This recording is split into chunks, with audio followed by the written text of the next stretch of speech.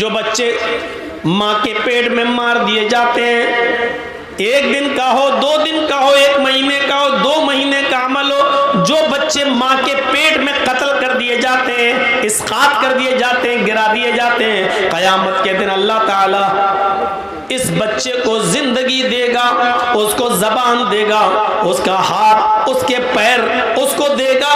قیامت کے دن یہ بچہ اپنی ماں کی پستان سے لٹکا ہوا آئے گا۔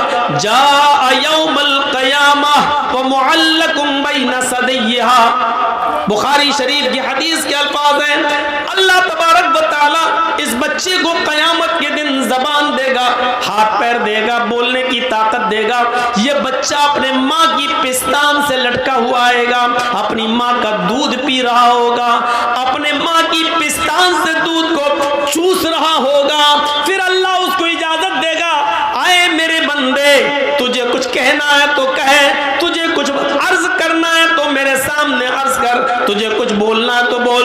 وہ چھوٹا سا معصوم بچہ جو دنیا میں ماں کے پیٹ میں مار دیا گیا، ماں کی پستان چھوڑے گا، زبان چلائے گا، چیخ کر کہے گا، یقول یا ربی ہذہ امی قتلتنی، اللہ یہ میری ماں ہے جس نے دنیا میں مجھے قتل کر دیا تھا، اللہ یہ میری ماں ہے جس نے دنیا میں مجھے مار ڈالا تھا، اللہ یہ میری ماں ہے جس نے دنیا میں میری جان لے لی تھی، اے اللہ یہ دنیا میں میری نہ ہوئی تو آج اس کا مت بن، اے اللہ اس نے دنیا میں میری حفاظت نہیں کی، آج تو اس کی حفاظت مت کر، اے اللہ اس نے دنیا میں مجھے قتل کر دیا تھا، تو آج اس کو میری ماں کو جہنم کے اندر ڈال دے، اے اللہ میری ماں کو تو جنت میں داخل مت کر۔ یہ چھوٹا سا بچہ جو پیٹ میں مار دیا گیا، قتل کر دیا گیا، یا یوں کہہ لو کہ جس بچے کو ہم نے گروا دیا، یہ بچہ قیامت کے دن اپنی ماں کو جہنم میں لے جائے گا، کہے گا ہذہ امی قتلتنی۔ یہ جہالت ہمارے یہاں پر۔ السلام علیکم ورحمۃ اللہ وبرکاتہ۔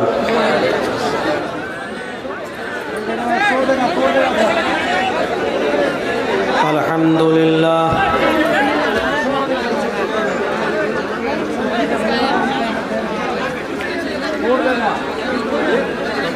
الحمد لله نحمده ونستعينه ونستغفره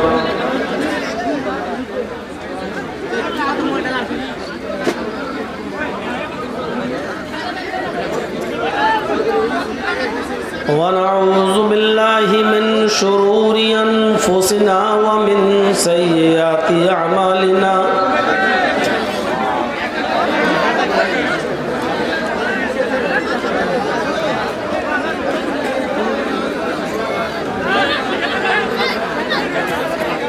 من يهده الله فلا مضل له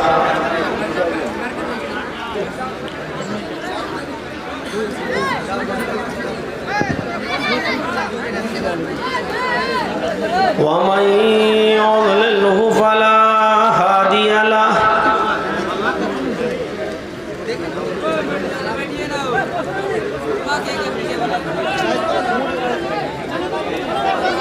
وأشهد أن لا إله إلا الله وحده لا شريك له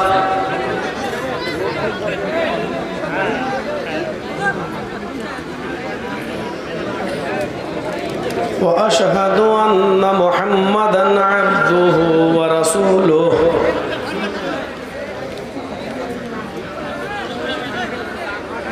أما بعد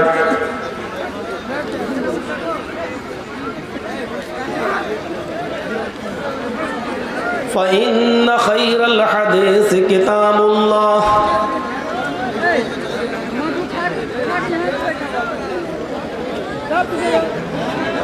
وخير الهدي هدي محمد صلى الله عليه وسلم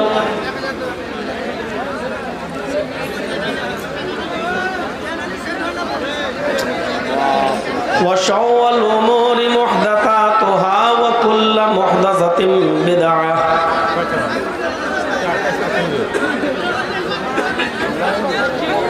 وكل بدعة ضلالة وكل ضلالة في النار.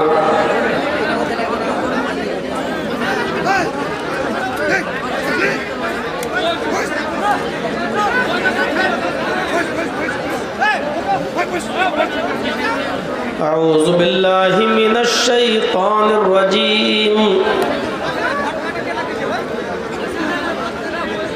بسم الله الرحمن الرحيم.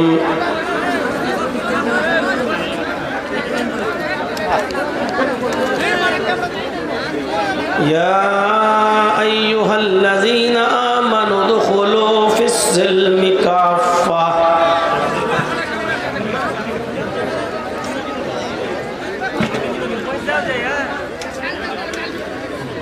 رب اشرح لي صدري ويسر لي أمري واحلل عقدة من لساني يفقهوا قولي.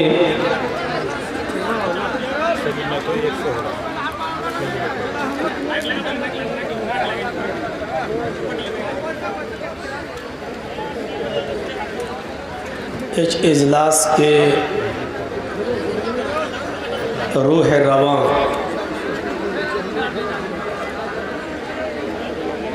اور آپ کے اس علاقے کے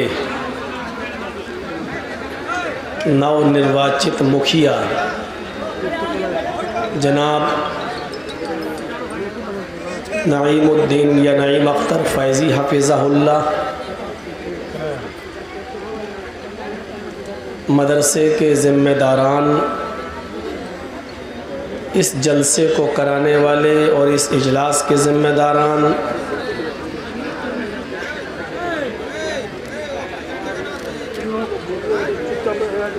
رتنی ڈسٹرکٹ کٹیہار اور اس کے اطراف و اکناف سے آئے ہوئے معزز سامعین حضرات، پردہ نشین اسلامی خواتین ماں اور بہنوں، نوجوانوں، عزیز بچوں،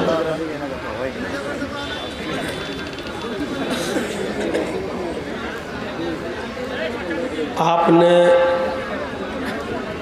مجھ سے پہلے بہت سے علماء کو سنا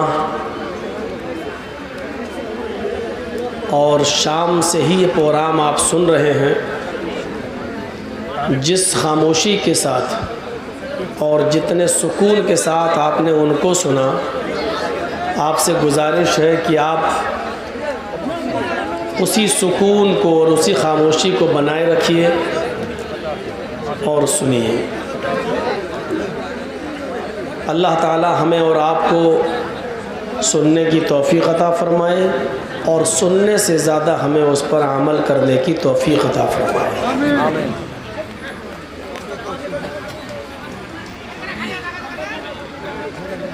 دینی جلسے لوگوں کی اصلاح کے لیے ہوتے ہیں.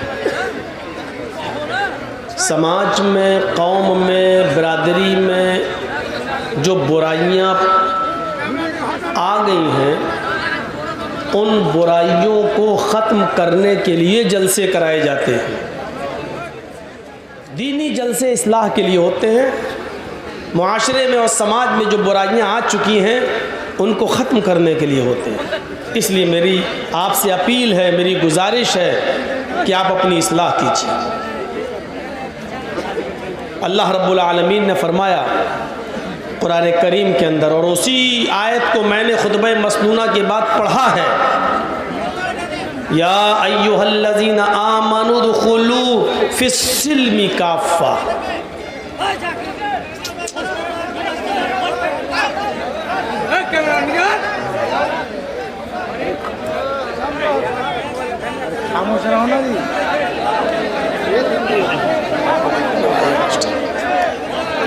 اتنا ڈسٹرب ہوگا تو ہم تو نہیں بول پائیں گے.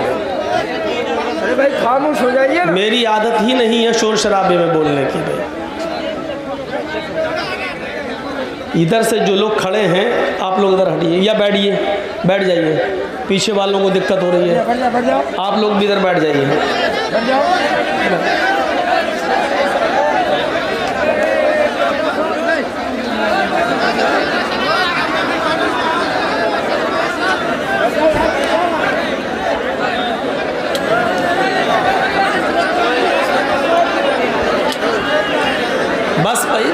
خاموش ہو جائیے.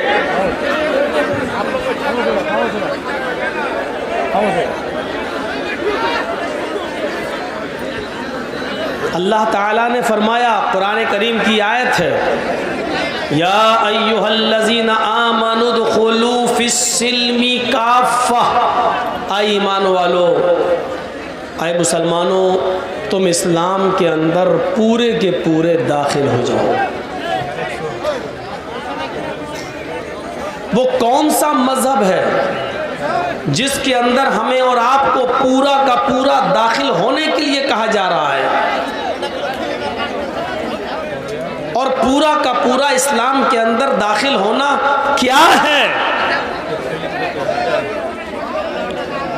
یہ کیوں کہا جا رہا ہے کہ اسلام کے اندر پورے کے پورے داخل ہو جاؤ؟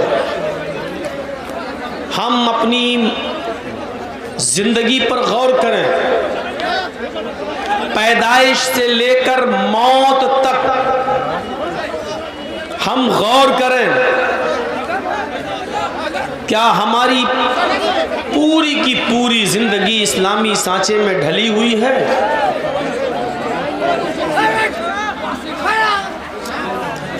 ٹھیک ہے، آپ لوگ جب خاموش ہو جائیں گے تب ہم بولیں گے.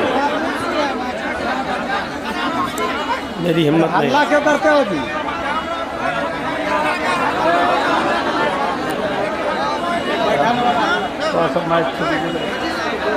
ارے کچھ نہیں ہوگا آپ کے.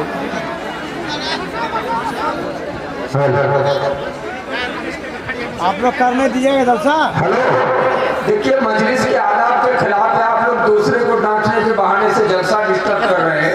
جو ہو رہا ہونے دیجیے، خاموش ہو جائیے. ایک دوسرے کو منع مت کیجیے. جمعہ کے دن کہتے بولنا منع ہے تو سب لوگ دھیرے دھیرے کر بولنا منع ہے، بولنا منع ہے کہتے کہتے وہی لوگ ہنگامہ برپا کر دیں. تو آپ لوگ خاموش ہو جائیے اللہ کے واسطے. دینی مجلس ہے، کتاب و سنت کی بات سنجیدگی کے ساتھ سماعت فرمائیے. تھوڑا کش طے کر کے ہی صحیح.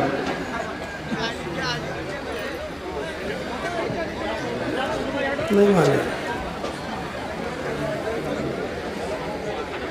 تھوڑا سا صبر کر لیجئے. اتنا بڑا جلسہ کر دیا ہے آپ کے مکھیا جی نے، اتنا بڑا پروگرام، اور میدان بھی اچھا خاصا ہے. یہ بھی نہیں کہ آپ کے بیٹھنے کی جگہ نہیں ہے. ماشاءاللہ اس جلسے میں تھوڑی سی بد نظمی کر کے آپ شکایت کا موقع دیں تو اچھی بات تو نہیں ہے. ماشاءاللہ اچھی خاصی بھیڑ ہے، آپ لوگ بھی اچھی خاصی تعداد میں آئے ہیں. کچھ لوگ ہوتے ہیں جلسے کو بگاڑنے والے، آپ ان کی باتوں میں مت آئیے، ان کو بھی صبر کرنا چاہیے. تو میں یہ کہہ رہا تھا کہ اسلام کے اندر پورے کے پورے داخل ہونے کا حکم ہے. وہ کون سا اسلام ہے اور یہ کیوں کہا جا رہا ہے؟ پوری زندگی ہم غور کریں، پیدائش سے لے کر موت تک، کیا ہماری زندگی میں پورا کا پورا اسلام داخل ہے؟ اسلام سے پہلے کیا جہالت تھی، اور انہی جہالت کو ختم کرنے کے لیے اللہ تعالیٰ نے محمد رسول اللہ صلی اللہ علیہ وسلم کو اس دنیا میں بھیجا. لیکن وہ جہالت ہم اسلام نافذ ہو جانے کے بعد مسلمانوں میں بھی دیکھ رہے ہیں. آپ تصور کیجئے کتنی جہالت تھی اسلام لانے سے پہلے، اسلام کی آمد سے پہلے، نبی اکرم کے آنے سے پہلے. بلکہ مذہبی کتابیں تو یہ کہتی ہیں، دھارمک پستکیں تو یہ کہتی ہیں کہ جب جہالت عام ہوگی تو اسی جہالت کو ختم کرنے کے لیے آخری نبی آئیں گے. ہندو دھرم کی کتابوں میں باقاعدہ شریمد بھاگوت مہان پران کا ایک منتر بھی یہی ہے، اتکلوگت پرائے جنیشو کھرگر مڑی دھرمت تراڑائے ستوین بھگوان اترشیتی. جب ساری انسانیت جانوروں کی طرح ہو جائے گی اور انسان کے اندر انسانیت ختم ہو جائے گی، وہ جانور بن جائے گا. جنیشو کھر گڑ مڑی، ساری جنتا جب جانور ہو جائے گی، انسانیت نام کی اس کے اندر کوئی چیز نہیں ہوگی اور دھرم بھرشٹ ہو جائے گا، تب اس دھرم کو زندہ کرنے کے لیے، اس دھرم کو نئے طور پر استھاپت کرنے کے لیے اللہ تعالیٰ آخری نبی کو بھیجے گا. بھگوان اوترشیتی، بھگوان اوتار پریشت کرے گا، اوتار بھیجے گا. یعنی اللہ کی طرف سے آخری نبی اس دنیا میں آئے گا. آخری نبی کے آنے کا مقصد جہالت کو ختم کرنا ہے. لیکن نبی تو آ کر چلے بھی گئے، 1400 سال ہو گئے، لیکن جہالت آج ہمارے اندر ویسی کی ویسی پائی جا رہی ہے. عرب کے حالات پر ذرا ایک نظر ڈالیے، کیسے حالات تھے. آپ کو معلوم ہے جوا اتنا کھیلا جاتا تھا. زاد المعاد پڑھی علامہ ابن قیم کی. جوا اتنا کھیلا جاتا تھا کہ جوئے میں جب انسان رقم ہار جاتا تھا تو مکان جوئے میں لگا دیا کرتا تھا، اور جب مکان بھی جوئے میں ہار جاتا تھا تو وہ اپنی بیوی جوئے میں لگا دیا کرتا تھا، اور جب وہ بیوی بھی جوئے میں ہار جاتا تھا تو پھر وہ اپنی جوان بیٹی کو جوئے میں لگا دیا کرتا تھا، اور اپنی بیٹی تک کو جوئے میں ہار جایا کرتا تھا. جوئے کی یہ شکل آج ہمارے سماج میں بھی موجود ہے. یہ الگ بات ہے، لوگ مکان تک تو ہار رہے ہیں، رقم ہار رہے ہیں، مکان ہار رہے ہیں، بیوی نہیں لگائی جا رہی ہے، بیٹی نہیں لگائی جا رہی ہے، لیکن جوئے کی شکل آج ہمارے سماج میں موجود ہے. شراب اتنی پی جاتی تھی محمد رسول اللہ کے آنے سے پہلے، شراب اتنی پی جاتی تھی کہ وہ لوگ جب کھانے کے دسترخوان پر کھانا کھانے کے لیے بیٹھتے تھے تو پانی کے بجائے شراب کی بوتل، شراب کا مگ، شراب کا جگ، شراب کا لوٹا وہ رکھ لیا کرتے تھے. اور جب کھانا کھاتے کھاتے پانی پینے کی ضرورت پڑتی تو پانی نہیں پیتے، بلکہ منہ کا لقمہ جو حلق تک پہنچا ہوا ہے اس کو شراب پی کر وہ حلق کے نیچے اتارا کرتے تھے. شراب کھانے کی جگہ پر، کھانے کے دسترخوان پر پانی کی جگہ پر شراب رکھی جاتی تھی. شراب اتنا پیتے تھے کہ شراب پینے پر فخر کیا کرتے تھے. ان کے گھر میں جب کوئی بچہ پیدا ہوتا تو وہ بچہ، لوگ اس معاشرے کے، اس سماج کے، اس پیدا ہونے والے نومولود اس بچے کو پانی نہیں پلاتے، دودھ کا قطرہ ماں اپنی پستان کے دودھ کا قطرہ اس کو نہیں دیتی، اس کو شہد نہیں دیتی. سب سے پہلے اس بچے کے حلق میں جو چیز ڈالی جاتی پیدا ہونے کے بعد، ماں کے پیٹ سے باہر آنے کے بعد، وہ شراب کا قطرہ ہوتا، شراب کی بوندیں ہوتی. فخر کیا جاتا کہ میرا گھر میں بچہ پیدا ہوا اور باپ دادا کی وراثت کو زندہ رکھا ہے، باپ شرابی ہے تو اس نے اپنے بیٹے کو بھی پیدا ہونے کے بعد سب سے پہلے اس کو جو گھٹی دی ہے، اس کی رگوں میں سب سے پہلے جو چیز پہنچائی ہے، اس کے پیٹ میں سب سے پہلے جو چیز گئی ہے وہ شراب کے قطرے، شراب کے ڈراپس، شراب کی بوندیں اس کے حلق کے اندر گئیں، اس کے پیٹ کے اندر پہنچی. یہ شراب کا چلن تھا. ان کے گھروں میں جب کوئی بیٹی پیدا ہوتی، جی حالت دیکھیے، ان کے گھروں میں جب کوئی بیٹی پیدا ہوتی تو اس بیٹی کے ساتھ یہ ظلم ہوتا کہ 4 سال تک تو اس کی پرورش کی جاتی، 4 سال تک تو اس بچی کو پالا جاتا، اس بچی کی دیکھ ریکھ کی جاتی. جب وہ بیٹی 4 سال کی ہو جاتی تب اس کا باپ میلے کے بہانے اپنی بچی کو لے جاتا، اپنی بیوی سے کہتا کہ اس کو نہلاؤ، اس کو دھلاؤ، اچھے کپڑے پہناؤ. ماں اس کو نہلاتی، دھلاتی، کاجل لگاتی، سرما لگاتی، عطر لگاتی. وہ چھوٹی سی 4 سال کی بچی اپنے باپ کے ساتھ میلہ دیکھنے کے لیے جاتی، لیکن اس معصوم بچی کو پتہ نہ ہوتا کہ میرا باپ مجھے میلے میں نہیں، مجھے زندگی کے آخری سفر پر لے کر جا رہا ہے. جنگل میں لے جاتا، وہاں پہلے سے گڑھا کھدا ہوا رہتا. وہ اپنی بیٹی سے کہتا، بیٹی اس گڈھے میں جھانک کر دیکھو تمہیں تمہاری ماں نظر آئے گی. وہ بیٹی جب گڈھے میں جھانک کر دیکھتی، وہ بیٹی اپنی ماں کو دیکھنے کے لیے جب گڈھے میں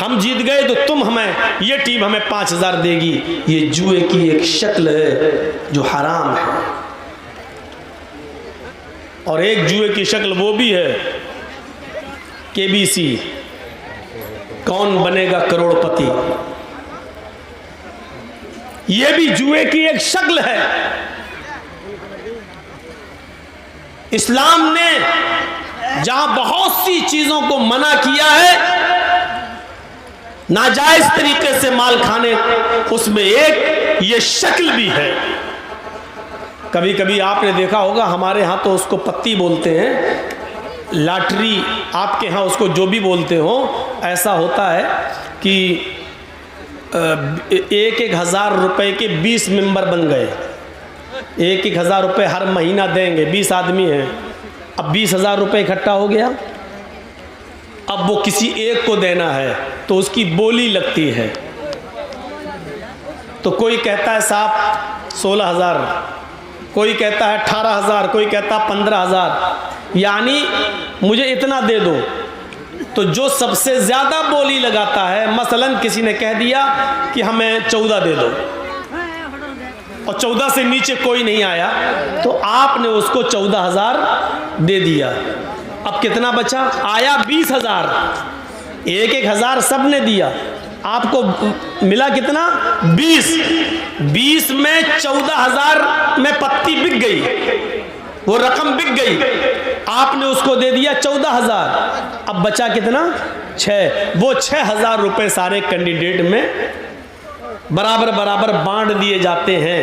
ایسے جو سب سے پہلے خریدتا ہے اس کو 14-15,000 ملتے ہیں، اور جو سب سے لاسٹ میں لیتا ہے اس کو پورا 20,000 ملتا ہے. لیکن ہر مہینے اس کو پروفٹ ملتی رہتی ہے. جتنے میں وہ پتی بکتی ہے، وہ رقم بکتی ہے، وہ برابر برابر تقسیم ہوتی رہتی ہے. یہ بھی حرام کمائی کی ایک قسم ہے، یہ بھی جوئے کی ایک بدترین قسم ہے، یہ بھی ناجائز اور حرام مال کی ایک قسم ہے جو آج چل رہی ہے. ہاں قرآن اندازی ہوتی ہے تو وہ ٹھیک ہے. مثلا 20 آدمیوں نے 1,000 روپے دیا، 20,000. اب کسی ایک کو دینا ہے تو 20 پرچیاں ڈالیے، ایک پرچی اٹھائیے، جس کا نام نکلے اس کو آپ دے دیجئے. اس میں نہ آپ کم دے رہے نہ زیادہ، 20,000 اس کو مل رہا ہے. جس کا نمبر آتا جائے گا اس کو ملتا جائے گا، یہاں تک کہ آخری آدمی تک کو بھی 20,000 ملے گا. یہ جائز ہے. لیکن اس کو بیچنا اور بچے ہوئے رقم کو سارے کینڈیڈیٹ کے اندر اور ممبروں میں بانٹنا یہ حرام ہے. تو یہ چیز چلتی تھی. اللہ کے نبی آئے تو آپ نے جوئے کی ساری شکلوں کو حرام قرار دے دیا. انما الخمر والمیسر والانصاب والازلام رجس من عمل الشیطان فاجتنبوه لعلکم تفلحون. ساری جوئے کی شکل کو حرام قرار دے دیا. اس کے بعد شراب نوشی جس میں عرب کی قوم پڑی ہوئی تھی. خود اللہ کے نبی جناب محمد رسول اللہ صلی اللہ علیہ وسلم کو نبی بن جانے کے بعد بھی، نبوت مل جانے کے بعد بھی کئی سال لگ جاتے ہیں شراب کی حرمت کا اعلان کرنے میں. کیونکہ شراب اتنا زیادہ پیتے تھے عرب کے لوگ کہ اللہ کے رسول آسانی کے ساتھ اس شراب کو حرام نہیں کر پائے. آپ کو بھی بہت دن لگ گئے، کئی سال لگ گئے، مختلف ادوار سے گزرنا پڑا. تب جانے کے بعد لاسٹ میں جب حد سے زیادہ لوگ آگے بڑھ گئے اور شراب پی پی کر قرآن کی آیتیں غلط پڑھنے لگے، شراب پی پی کر نماز پڑھنے جانے لگے اور نشے کی حالت میں نماز پڑھنے لگے، یہاں تک کہ نماز کی حالت میں نشہ آنے لگا اور قرآن کی آیتیں غلط پڑھی جانے لگیں، تب جا کر شراب کی حرمت کا اعلان ہوتا ہے. ایک صحابی نے دعوت کی، حضرت علی کی، ابو عبیدہ ابن الجراح کی، عبد الرحمن ابن عوف کی، مختلف صحابہ کی جب دعوت کی تو کھانا کھایا، اور کھانا کھانے کے بعد شراب کا دور چلا اس انصاری نوجوان کے ہاں. جب شراب کا دور چلا تو شراب پینے کے بعد نشہ آ گیا. شام کا کھانا جلدی کھا لیا، شراب پینے کے بعد نشہ آ گیا، اور نشہ آتے ہی نماز کا وقت ہو گیا مغرب کا. اذان کی آواز آنے لگی. اس انصاری نوجوان نے اپنے گھر میں چادر بچھا دی اور کہا اب تم نماز پڑھنے مسجد میں کیا جاؤ گے؟ ہم لوگوں نے شراب پی ہے، چلیے یہی نماز پڑھ لیتے ہیں۔ وہی نماز پڑھی جانے لگی، ایک صحابی نماز پڑھانے کے لیے کھڑے ہو جاتے ہیں، شراب کے نشے میں اللہ اکبر کہہ کر نیت باندھتے ہیں اور قرآن کی آیت پڑھنا شروع، الحمدللہ رب العالمین الرحمن الرحیم مالک یوم الدین ایاک نعبد و ایاک نستعین غیر المغضوب علیہم ولا الضالین۔ یہاں تک گاڑی صحیح چلتی ہے۔ اس کے بعد دماغ جھلانے لگا، نشہ اپنے اندر کام کرنے لگا اور وہ صحابی قرآن کی آیت پڑھنے لگے۔ جو سورت شروع کی، پہلی رکعت صحیح گزر گئی، اِنَّا أَعْطَيْنَاكَ الْكَوْثَرَ فَصَلِّ لِرَبِّكَ وَانْحَرْ إِنَّ شَانِئَكَ هُوَ الْأَبْتَرُ۔ دوسری رکعت میں نشہ اپنے عروج پر پہنچنے لگا اور نشے نے کچھ جگہ کچھ پکڑ حاصل کر لی، وَلَا الضَّالِّينَ تک گاڑی صحیح چلی۔ اس کے بعد قرآن کی آیت جب شروع ہوئی سورت، قُلْ يَا أَيُّهَا الْكَافِرُونَ لَا أَعْبُدُ مَا تَعْبُدُونَ، اس کی جگہ پر وہ صحابی قرآن کی آیت پڑھ لیتے ہیں، قُلْ يَا أَيُّهَا الْكَافِرُونَ نَحْنُ نَعْبُدُ مَا تَعْبُدُونَ۔ مطلب ہی بدل گیا، شراب کے نشے میں ہیں اور کیا پڑھ رہے ہیں؟ قُلْ يَا أَيُّهَا الْكَافِرُونَ ہے کیا؟ لا اعبد ما تعبدون، اے کافرو میں ان کی عبادت نہیں کرتا جن کی تم کرتے ہو۔ لیکن یہ صحابی کیا پڑھ رہے ہیں؟ قُلْ يَا أَيُّهَا الْكَافِرُونَ اے کافرو نحن نعبد ما تعبدون، ہم بھی اس کی عبادت کرتے ہیں جن کی تم کرتے ہو۔ دیکھ رہے ہیں قرآن کہہ رہا میں ان کی عبادت نہیں کرتا جن کی تم کر رہے ہو، اور یہ صحابی کیا پڑھ رہے ہیں؟ نحن نعبد ما تعبدون، ہم ان کی عبادت کرتے ہیں جن کی تم کرتے ہو۔ مطلب ہی بدل گیا۔ جیسی نماز اللہ اللہ کر کے ختم ہوتی ہے، ادھر محمد الرسول اللہ پر قرآن کی آیت نازل ہوتی ہے، یا ایھا الذین آمنوا لا تقربوا الصلاۃ وانتم سکارا، اے ایمانو والو تم اس وقت نماز کے قریب مت جاؤ جب تم نشے میں ہو، اے ایمان والو تم اس وقت شراب کے قریب مت جاؤ جب تم نشے میں ہو، اس وقت تک نماز نہ پڑھو جب تک کہ تم جان نہ لو، حتی لا تعلموا ما تقولون، جو تمہارے منہ سے نکل رہا ہے اس کو تم سمجھنے نہ لگو، اس کو تم جاننے نہ لگو، جو تم بول رہے ہو جب تک وہ خود تمہاری سمجھ میں نہ آنے لگے کہ کیا تم کیا بول رہے ہو، اس وقت تک نماز کے قریب مت جاؤ۔ میرے بھائیوں جب قرآن کی آیتیں نماز میں غلط پڑھی جانے لگیں اور شراب پی کر لوگ فخر کرنے لگے میں تم سے افضل، میں تم سے اونچا، ارے میں مہاجر ہوں، اللہ کے رسول قریشی میں قریشی، اللہ کے رسول بنو ہاشم میں بنو ہاشم کا، تم انصاری ہو، تم جاہل ہو، تم نیچی قوم کے لوگ ہو۔ جب آپس میں فخر و غرور ہونے لگا، شراب کے نشے میں ایک دوسرے پر فوقیت دکھانے لگا کہ میں تم سے افضل، میں تم سے افضل، تب قرآن کی آیت نازل ہوتی ہے، انما الخمر والمیسر والانصاب والازلام رجس من عمل الشیطان، اور پوری زندگی کے لیے شراب کی حرمت کا اعلان کر دیا جاتا ہے۔ اب گوارا نہیں ہے، کیونکہ جس چیز کو مٹانے کے لیے، جس جہالت کو ختم کرنے کے لیے اللہ کے نبی اس دنیا میں آئے وہی چیز چلنے لگی ہے۔ اسلام میں اونچا نیچا کوئی چیز نہیں ہے، اسلام میں تیرا میرا کوئی چیز نہیں ہے، اسلام میں امیری اور غریبی کوئی حیثیت نہیں رکھتی ہے، اسلام میں سب برابر ہیں۔ تم شراب پی کر ایک دوسرے پر فخر کرتے ہو کہ میں تم سے افضل ہوں، میں تم سے اچھا ہوں، میری قوم تم سے، تمہاری قوم سے اچھی قوم ہے، میری قوم سب سے افضل قوم ہے، یہ کہنے لگے ہو۔ اسلام میں اس چیز کی اور جاہلیت کی اس بدبو کی کوئی ضرورت نہیں ہے۔ اسلام ان تمام خرافاتوں سے پاک ہے، اسلام ان تمام برائیوں سے پاک و صاف مذہب ہے۔ اسلام یہ کہتا ہے کہ تم سب برابر ہو، کلکم من آدم و آدم من تراب، تم سب آدم کی اولاد ہو